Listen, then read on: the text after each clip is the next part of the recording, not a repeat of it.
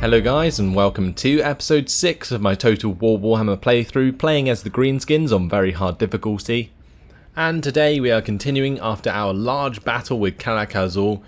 We took out Cazador Dragonslayer once again and took over Dringo Rakaz. So now what we're going to do is use Grimgor Ironhide to basically settle the rest of the Badlands. And then we're going to have Krugger move on to Spike Peak. He is actually very close to spawning his own Wa, so that'll be useful for taking the Misty Mountain possibly. We're going to have Gorkil head up to the Black Iron Mine, so that's his job to take that for us. Okay, so let's get this underway. Largug is going to stay where he is. We will end the turn and carry on.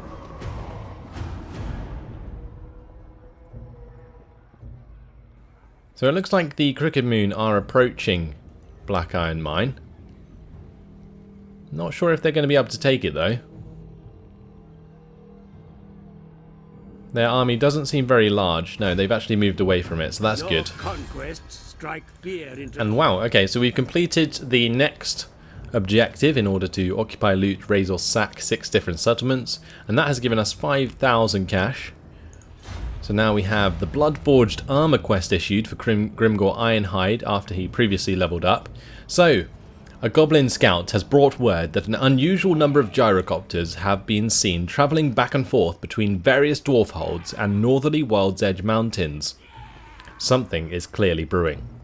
Anything that might bring the stunties out from behind doors of their mountain fastnesses has got to be good news. Grimgor decides to take the uncharacteristically subtle move of cuffing his agent around the head and sending the goblin sneaking back out to discover more information. So we've got to use a hero to perform an action against a settlement belonging to the Dwarf Realms. That's pretty easy because we have an agent standing next to Iron Rock, so we can just do that. Mission failed, wah, stunties, and ally mobilizes against settlement. That's good.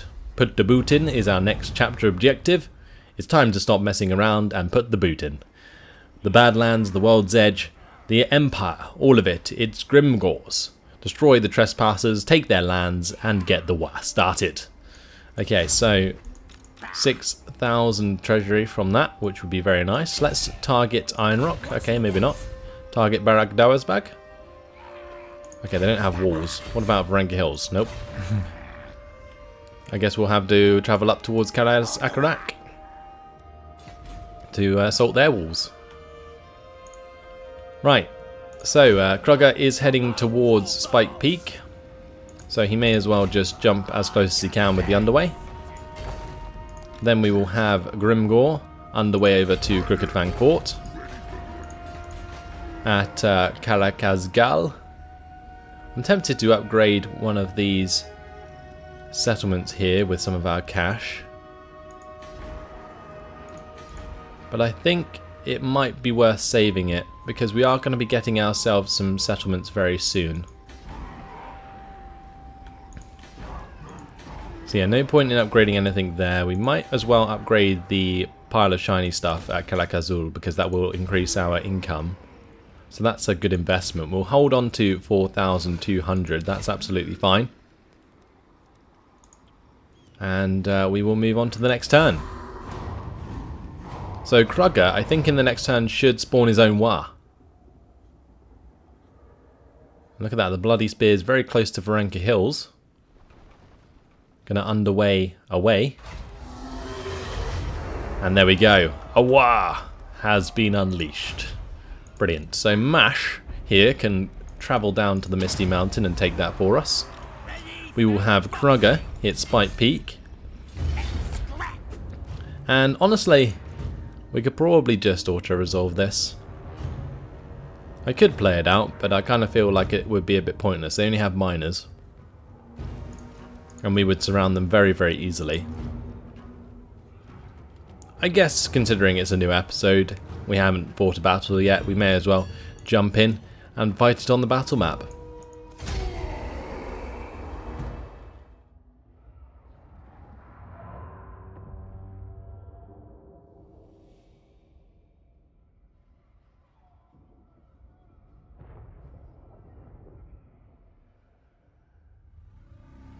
And here we are in the shadow of a very large mountain. Let's get all of our forces lined up. I always forget to add the goblins and stuff to that. We'll make that group 1, we'll make them group 2. And these guys can be group 3. We'll just start the battle, run on forwards. Have the archers move forwards as well. Get group 3 to move forwards and maybe attack the quarrelers, although we probably don't want to get into range just yet. I might get the 8 peak loonies here to fire off some of their loons of 8 peaks.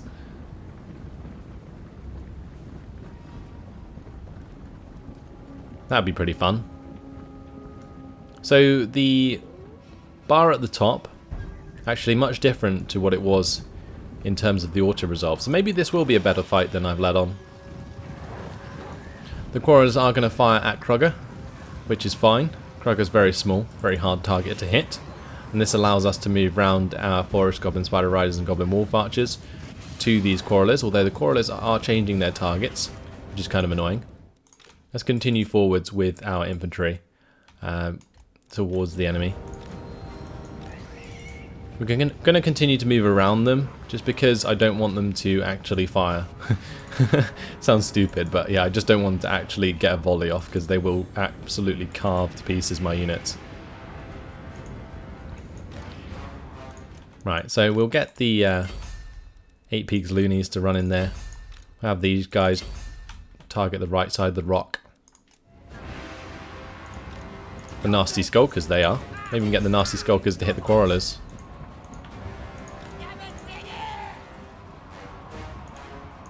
Okay, we may as well get our leader involved. Okay, our cavalry can come back. Let's get the Orc boys involved in this melee. And this is looking like a beautiful target for the 8 Peak Loonies. We can fire with them off that way. There we go. This should hit their lines quite nicely. Oh, look at that. Beautiful. I kind of went through my own lines quite a bit, but did a lot of damage to them. Wonderful. Make sure we just smash in here with everything we got.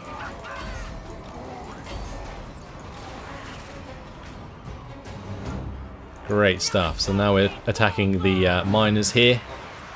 Night Goblin War Boss leading my Night Goblins to victory. Large amount of missile fire coming in there from the Night Goblin Archers. They have a great arc of fire.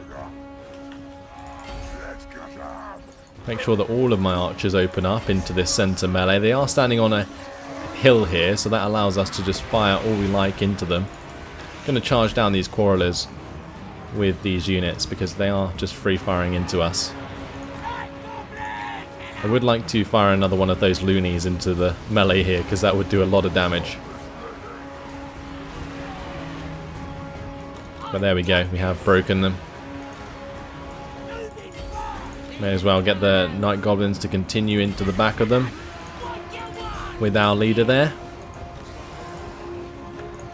Okay, let's get the wolves to attack the quarrelers now that are further back. The missile forces that are firing into this melee, they are doing tons of damage, and soon enough we will force all of their army to rout, because that is just a fierce amount of damage. Right, we'll come back into these quarrelers now, since we did just run down the other ones. But that is a chain rout. And job done. So a decisive victory. We probably took more losses than the auto-resolve would have. But very nice to start. I liked using the Loonies of 8 Peaks there to just wreck those lines. That was awesome. Did so much damage just with that one ability. When it works out well and doesn't kill your own troops, it's a really good ability. So extra rank gain there, and we are going to occupy Spike Peak. Sven the Astute has been killed. Seed of Rebirth. passive ability replenishes hit points of combatants, is a pretty nice talisman actually. Disabled if leadership is broken. Okay, so I think I might give that to Krugger. What does he have currently? The magical resistance. Yeah, we'll definitely give him the Seed of Rebirth. Seems like a great idea. We can give him a pit boss as well for the extra captives captured after battle. What about an enchanted item? We can give him the Crown of Command. Great.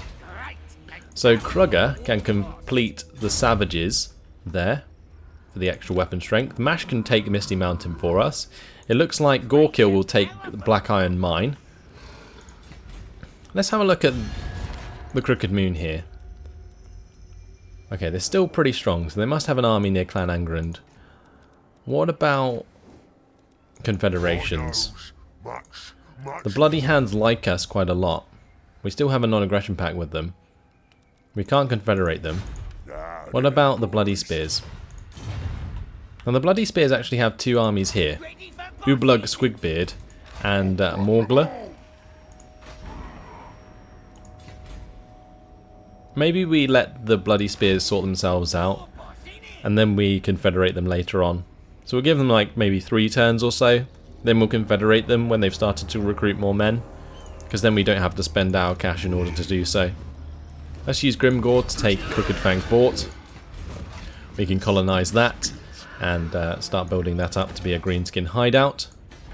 At Spike Peak, what we're going to do is build the boss's tent and the pile of shiny stuff, and the reason we're doing that is to sort out our obedience.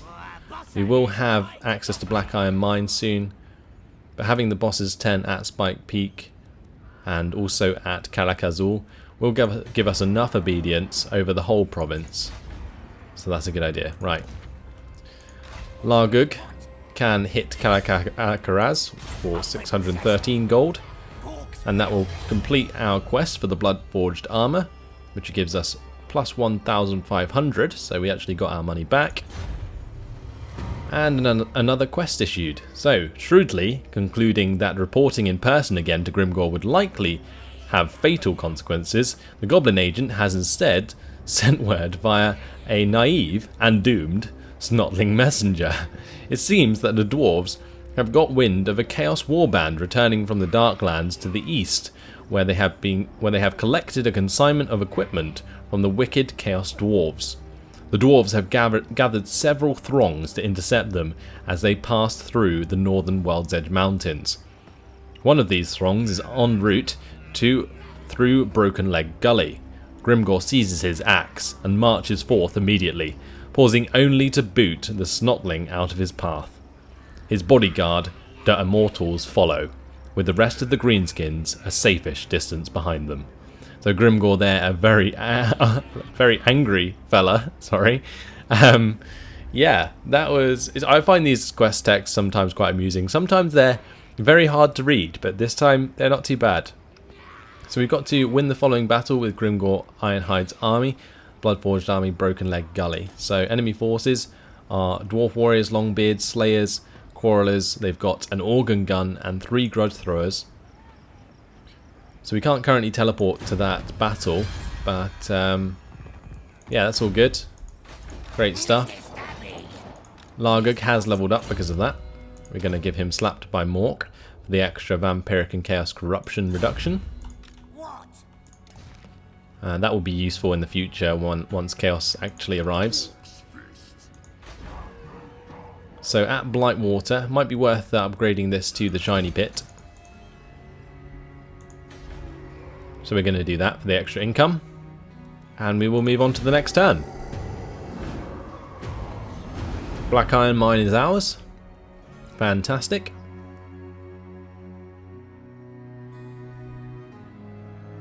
And I'm going to keep an eye on the Crooked Moon Mutinous Gits, because since we are taking over the Eastern Badlands again,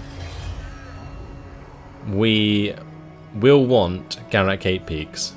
So a decisive victory there, and the Desolation of Nagash is fully secured. Let's jump in here again. They're still pretty strong. Can't see their army currently. Mash will take Misty Mountain for us. And Black Iron Mine is actually level 3. That's pretty crazy. So we're going to get the pile of shiny stuff there, first of all. And we will just move away from that province with Krugger. Now we have to be careful about the public order in Blightwater actually, because once we take Misty Mountain, that's going to cause us to lose quite a lot of public order there. So maybe we should send Krugger to Karakazgal. Grimgor, however, needs to jump over towards Valea's Sorrow, and next turn we can take that. Probably should have kept him in friendly territory, but that's okay. Desolation of Nagash can work on the Camp Ruckus to reduce obedience, or increase obedience. That Greenskin War moving back towards our army. Then we might even move up towards Iron Rock. Really depends on what the dwarves are doing. I'm going to bring back our agent so that we can see exactly what's happening. Carrick 8 Peaks is very lightly defended actually. The War getting the decisive victory for the Misty Mountain, and Blightwater is fully under our control. Kalakazul have also been destroyed. Misty Mountain being a level 3 settlement as well, that is fantastic. And I think we may as well get the boss's tent here. We'll get the boss's tent and we'll also get the pile of shiny stuff. So Mash can follow up Krugger. And we'll move Krugger towards Karakazgal. That's going to go down by -21 though, so I might actually let that pop in the next turn. Just so that we can take out the rebellion for some extra loot. And also sort out the public order easier, because we'll get military crackdown and then the +20 from the rebellion anyway. Right, we can't take Valea's Sorrow. That's a bit unfortunate, so maybe we just move up north and get the replenishment, and then we end the turn. So we can issue a commandment in Blightwater. We are going to go for the Camp Ruckus. We may as well. So let's see what happens. I'm not entirely sure how much obedience we'll be left with at Karakazgal, but if it is going to drop below 100, below -100 next turn, then we may as well let it, like I was saying before. So imminent rebellion, yeah, it is going to pop. So we will let it. I'm just going to go into probably in camp stance outside. Okay, and we do have Mash heading back towards us. And Carrick 8 Peaks is incredibly undefended, so I'm very tempted to attack Carrick 8 Peaks this turn. We can have our Wa actually attack that. So we're going to colonize Valea's Sorrow. Stitch up here is running about. Maybe not this turn, because otherwise if they attack Grimgor I might lose a few units when I don't want to. Don't have enough cash to really build anything up, which is unfortunate, but should be fine. I think the public order will sort itself in the Desolation of Nagash soon, especially once the provincial instability has cleared up. At Blightwater we should be able to clear that up as well in the next turn.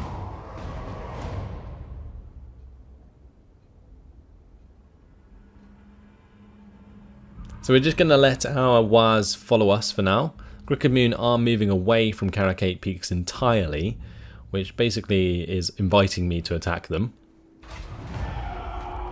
So rebellion has popped up. The Brayherds come. Raiding is around. Okay, so Desolation of Nagash is fine. In the Eastern Badlands, what we're going to do is spend some cash on the Greenskin hideout. We're also going to get another pile of shiny stuff. We will get Krugger to attack Nogdrod, and that will be a simple auto-resolve. And that destroyed the army in one go. That's interesting. So we may as well slaughter the captives. And we gain the Tormentor Sword. So So for this turn we'll move back into Karakazgal, so we're back up to -80, and that will go up to -78, or -68 even. So that's great. Now Kraga can continue with shooters to improve the ammunition and missile damage for missile units, especially once he upgrades it. And that'll do. So yeah, Kraga can stay in Karakazgal. We'll move him probably up north with Grimgor soon. We're going to declare war on the Crooked Mutinous Gits. Now then, boys, speak up. There we go, and then we can have this War target Caliphate Peaks and take that for us. Meanwhile, Grimgor's just going to hang out in Valea's Sorrow and sort out the public order, although we are going to get a rebellion in Black Crag soon, so maybe we have to get Gorkill to take out that for us. We can have then Mash attack Caliphate Peaks.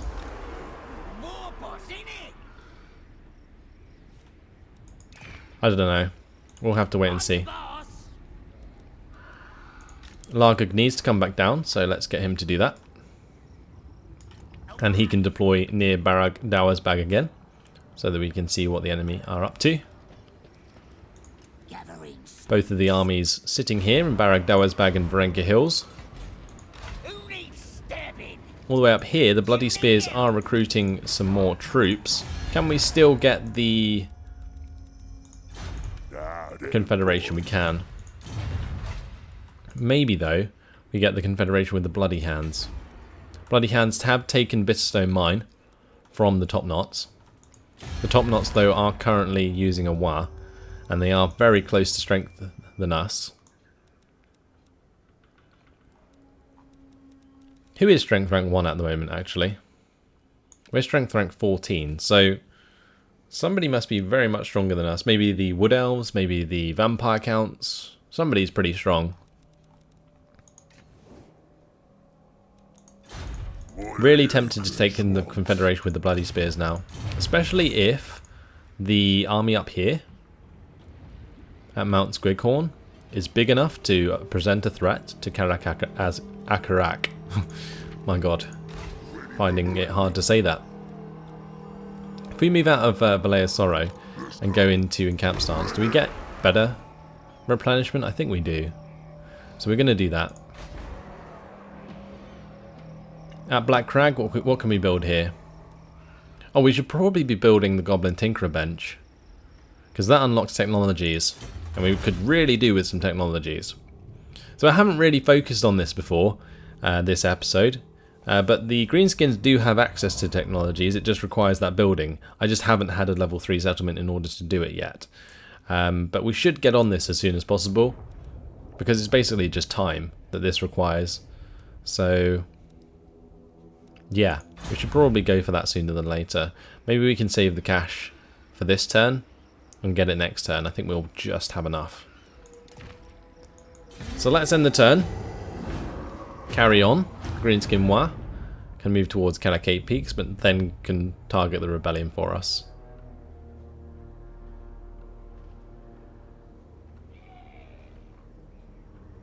Unless we just move into Black Crag with Grimgor, maybe that will work.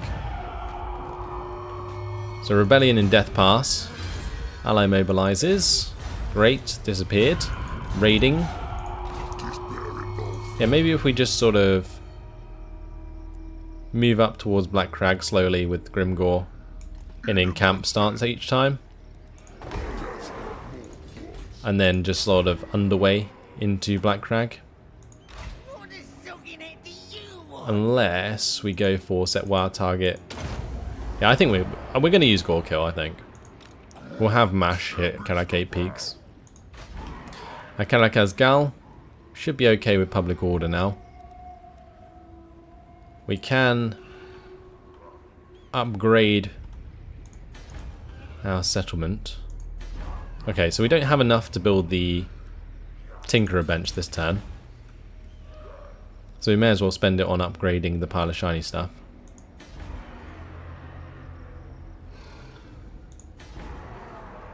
Or building one where we don't have one. That would be another option. No, I think we can definitely afford to build 2 heaps of shiny stuff. Or maybe just one. I think I'll do one because I can't be bothered to do the math. So Krugger, he's going to jump up north.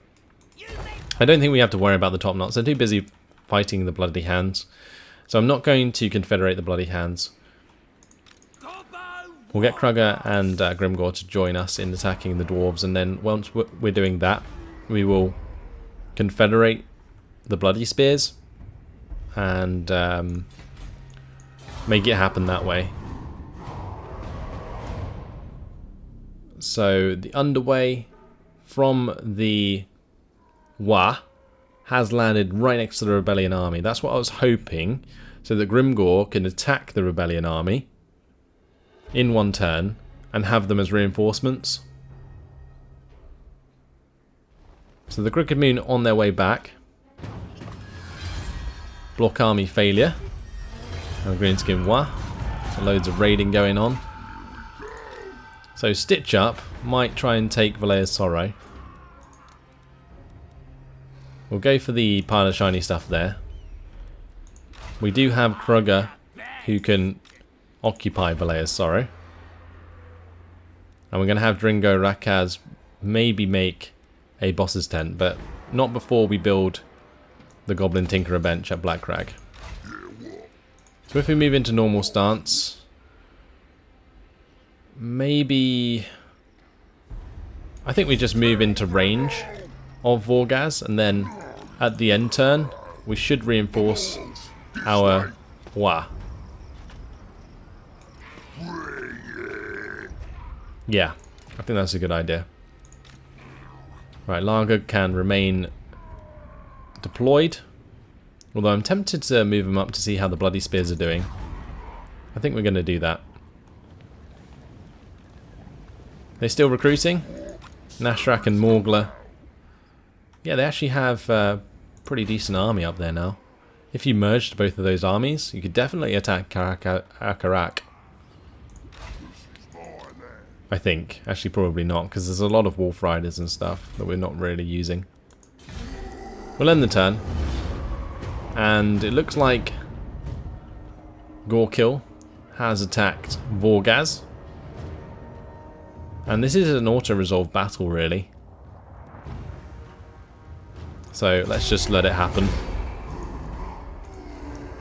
Looks like the Greenskin Wa did level up from that quite a lot.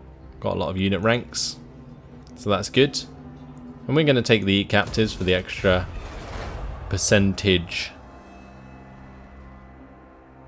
reinforcements or replenishment. So there we go. Wonderful. The Wa is actually raiding our own lands, which is interesting. -1 obedience for Grimgor Ironhide, that kind of makes sense. -1 obedience for all provinces. Battle of Black Crag was decisive victory twice. Gorkil going to be replenishing some of his men. So what we're going to do now is have Grimgor move 50% and go into raiding camp. Mash can hit Karakate Peaks with Gorkil. And then we'll have Krugger move up with Grimgor. So, at Dringo Rakaz we are going to start working on the boss's tent now, and we are going to upgrade Valea's Sorrow. We are currently getting plus public order in Blightwater and in the Desolation of Nagash, so we've sorted out that. Grimgor has leveled up, so let's give him a new skill. We'll continue with Riders for the extra melee attack for cavalry units. Good stuff. What are we going to do with Krugger? I think we move on towards Iron Rock.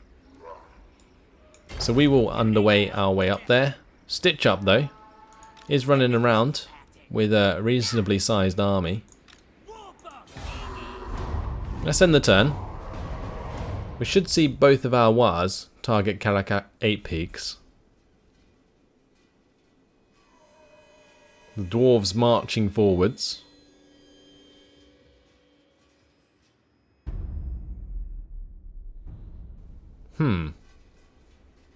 Let's see. I really want to see if the Wa has actually targeted Karakate Peaks. I don't think they did mobilize. So whose Wa is this? It doesn't actually tell you which one. Well, that's annoying. Wandering Gits, though, has popped up. A great migration of the tribes comes to our borders, demanding shelter and wanting to join the fighting. Not normally a problem, but this don't smell right. So, do we want extra, more minus recruitment cost and extra growth, or extra obedience? I think we definitely want the obedience at the moment. So, yeah, this one needs to attack there, and that one needs to attack there as well. Okay, we can have Grimgor lead the charge towards Iron Rock. And Krugger can follow up. I think Krugger can actually hit Iron Rock in this turn. So that is something definitely worth doing. Ungrim Iron Fist is going to be defending against Krugger and Grimgor Ironhide. But unfortunately not in this episode, because it has been my time. We are going to have to leave it here. This is going to be an exciting battle, pretty much entirely in our favour, but still fun nonetheless. So hopefully you guys can look forward to this. Thanks for watching, and I'll see you in the next episode. Goodbye.